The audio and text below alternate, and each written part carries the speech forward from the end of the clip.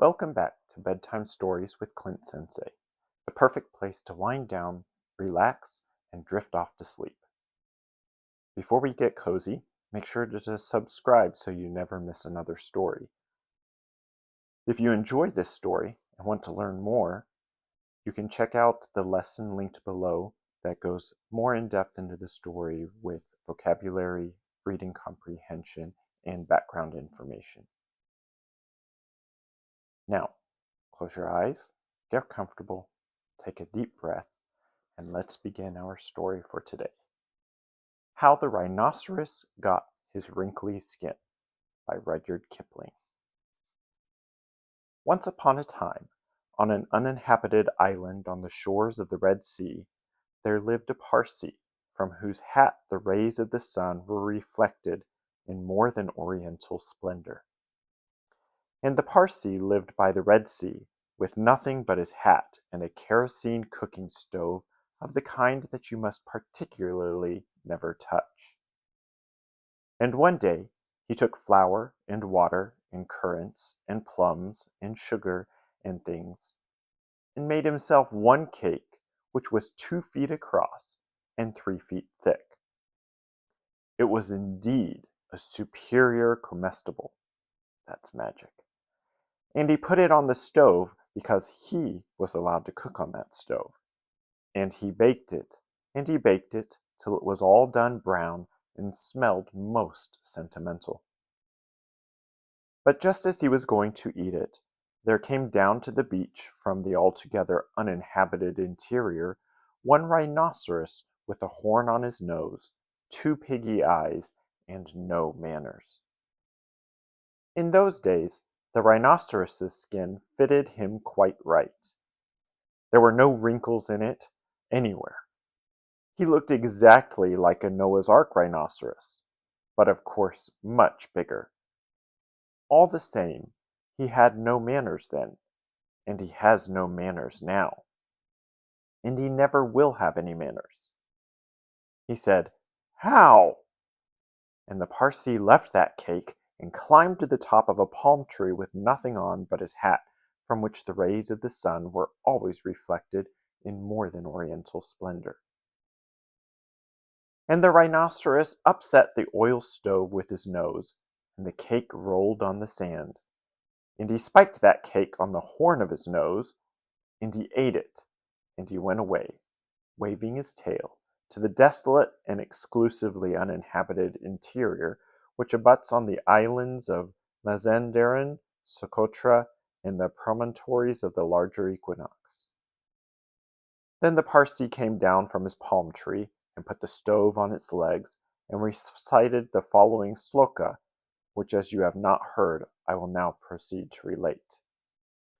Them that takes cakes make dreadful mistakes. And there was a great deal more in that than would meet the casual eye. Because 5 weeks later, there was a heat wave in the Red Sea, and everybody took off all the clothes they had. The Parsee took off his hat, but the rhinoceros took off his skin and carried it over his shoulder as he came down to the beach to bathe. In those days, it buttoned up the back with 3 buttons and looked like a waterproof. He said nothing whatever about the cake because he had eaten it all, and he never had any manners, then, since, or henceforward.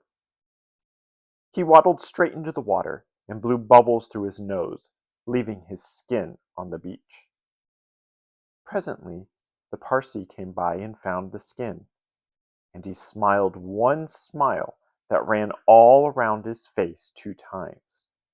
Then he danced 3 times round the skin and rubbed his hands.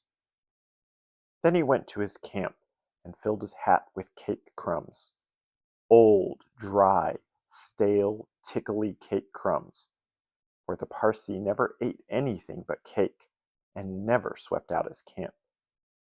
He took that skin, and he shook that skin, and he scrubbed that skin, and he rubbed that skin just as full of old, dry, stale, tickly cake crumbs and some burned currants as ever it could possibly hold. Then he climbed to the top of his palm tree and waited for the rhinoceros to come out of the water and put it on. And the rhinoceros did. He buttoned it up the back with the 3 buttons, and it tickled like cake crumbs in bed. Then he wanted to scratch, but that made it worse. Then he lay down on the sands and rolled and rolled and rolled, and every time he rolled, the cake crumbs tickled him worse and worse and worse. Then he ran to the palm tree and rubbed and rubbed and rubbed himself against it. He rubbed so much and so hard that he rubbed his skin into a great fold over his shoulders, and another fold over his back where the buttons used to be. But he rubbed the buttons off. And he rubbed some more folds over his legs. And it spoiled his temper. But it didn't make the least difference to the cake crumbs. They were inside his skin, and they tickled. So he went home, very angry indeed and horribly scratchy. And from that day to this, every rhinoceros has great folds in his skin and a very bad temper, all on account of the cake crumbs inside. But the Parsee came down from his palm tree, under his hat from which the rays of the sun were reflected in more than oriental splendor, packed up the cooking stove, and went away in the direction of Orotova, Amygdala, the upland meadows of Anantarivo, and the marshes of Sonoput, where all small people, beginning to breathe slowly and evenly, must inevitably also accompany him, in order to arrive easily and unknowingly at the enormous battlements of the luxurious city of uninterrupted slumber. I hope you enjoyed the story. I'll see you next time.